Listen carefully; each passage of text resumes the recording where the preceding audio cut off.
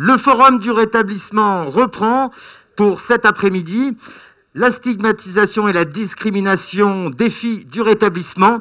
C'est maintenant le tour d'Aude Caria de prendre la parole, la directrice du Psycom.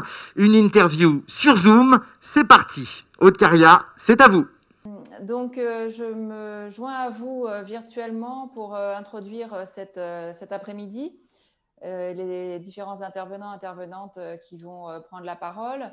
Le thème du forum est en lien avec l'édition des semaines d'information santé mentale, alors l'édition BIS, puisque les semaines de santé mentale normalement ont lieu en mars et ont été reportées du fait de petits contretemps que nous avons tous rencontrés au niveau mondial. Donc, elles vont avoir lieu, enfin, certains événements vont avoir lieu à la mi-octobre autour de la Journée mondiale de la santé mentale. Donc, cette année, le thème était autour de la stigmatisation et des discriminations, enfin, discrimination et santé mentale. Donc, un vaste sujet que vous avez commencé à explorer au cours de la matinée et qui va continuer cet après-midi. Donc, moi, je vais vous donner juste quelques indications sur ces concepts-là, tels qu'on les a explicités au niveau de Psycom. Alors, je vais faire le partage d'écran. Voilà. Tout va. Vous voyez bien là? Je n'ai pas de retour. Oui, allô? On voit très bien. On voit très bien, Aude. Ok, très bien, merci. Donc voilà, donc ça c'est un schéma que nous avons réalisé pour expliquer le lien qu'il y a entre la stigmatisation et la discrimination, c'est-à-dire ce qu'on a appelé le cycle de la discrimination. C'est-à-dire la première étape, c'est le fait d'étiqueter, de distinguer une personne ou un groupe de personnes en fonction de certaines différences visibles, ce qu'on appelle le stigmate, en lien avec, dans le domaine de la religion, les stigmates du Christ crucifié, mais tout un tas d'autres stigmates, c'est-à-dire le stigmate comme une marque qui va être apposée sur une personne ou sur un groupe de personnes et qui va faire qu'on va regarder cette personne avec méfiance. Alors, ça peut être, les stigmates, ils sont très variés puisque les manières de stigmatiser, de se stigmatiser entre êtres humains sont variées. Ça peut être la couleur de peau, ça peut être la manière dont la personne est habillée, ça peut être un handicap visible ou pas visible, ça peut être une expérience. En l'occurrence, par exemple, dans le champ de la santé mentale, le fait de dire qu'on a été hospitalisé en psychiatrie, ça peut fonctionner comme un stigmate qui va faire qu'on va être étiqueté d'une certaine façon. De même, les diagnostics psychiatriques souvent fonctionnent comme des stigmates. Donc la première étape, c'est étiqueter, distinguer selon certaines différences visibles ou pas, qui va, dans un deuxième temps, contribuer à construire des stéréotypes, c'est-à-dire une généralisation d'un stigmate ou d'une marque négative et qui va enfermer en fait la personne dans une identité, dans une idée reçue, un stéréotype. Par exemple, le stéréotype le plus partagé qui est de considérer que toutes les personnes qui sont suivies en psychiatrie sont violentes et dangereuses. Donc ça ne correspond pas à une réalité, ça correspond à une idée reçue qui va infuser l'imaginaire collectif. Troisième étape de ce cycle, c'est le fait de séparer certaines personnes des autres, c'est-à-dire de constituer des groupes différents. Alors quand je dis constituer, c'est au niveau symbolique, mais ça peut être aussi au niveau réel. Par exemple, en France, les personnes qui ont des problèmes psychiatriques sont encore soignées dans des lieux différents quand on a un problème physique. Il y a quelques services de psychiatrie qui sont dans des hôpitaux dits généraux, mais on a vraiment une façon de séparer les personnes des autres. Ce qui est la base même de la stigmatisation, c'est de considérer qu'il y a deux groupes, il y a eux et nous. Voilà. Stigmatisation, ça sert à ça, ça sert à constituer deux groupes différents. Donc eux, par exemple, les personnes qui ont des problèmes de santé mentale et nous qui, supposément, on s'exclut de ce groupe-là et on se considère comme normal. Ce mécanisme-là, c'est le même par rapport au racisme, au sexisme, etc. Et la dernière étape de ce cycle, c'est de discriminer, c'est-à-dire d'avoir un traitement différent, appliquer un traitement différent aux personnes qui sont stigmatisées du fait de leur stigmatisation.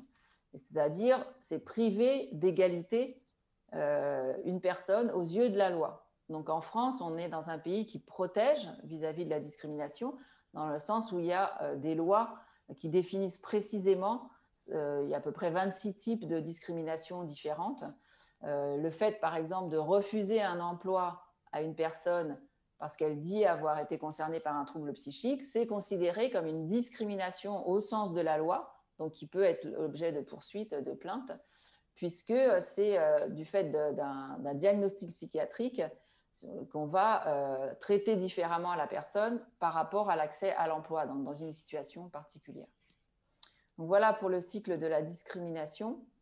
Et une deuxième façon de comprendre, c'est aussi de comprendre que finalement, les discriminations, elles ne sont pas seulement interpersonnelles, elles sont globales.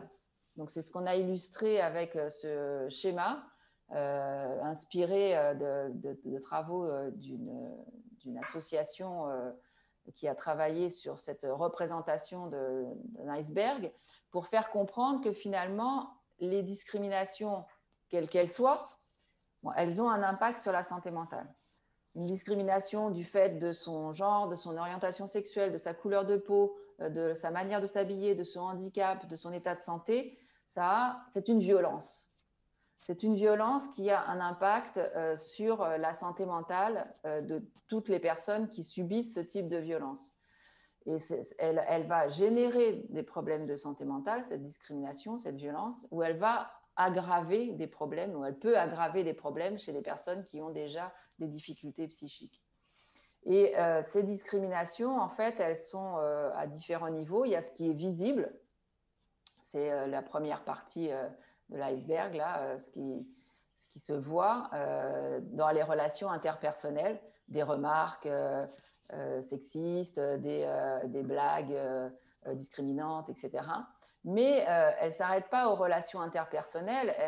La stigmatisation, les discriminations au niveau institutionnel sont au niveau de l'école, des hôpitaux, des services publics, des entreprises, etc. Il peut y avoir des manières finalement systématiques de traiter différemment des personnes qui ont des troubles psychiques.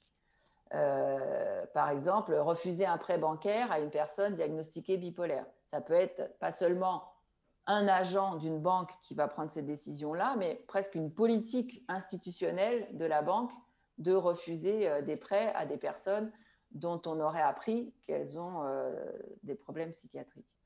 Et puis, il y a un niveau encore plus profond de la discrimination qui est le niveau culturel.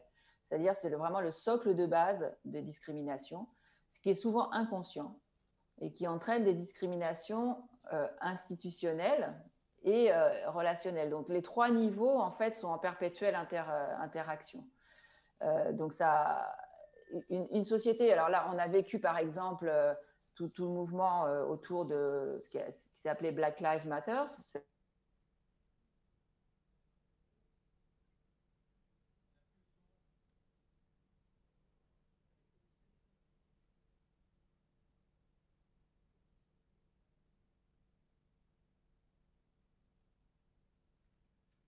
Particulier entre les personnes vis-à-vis de leur couleur de peau.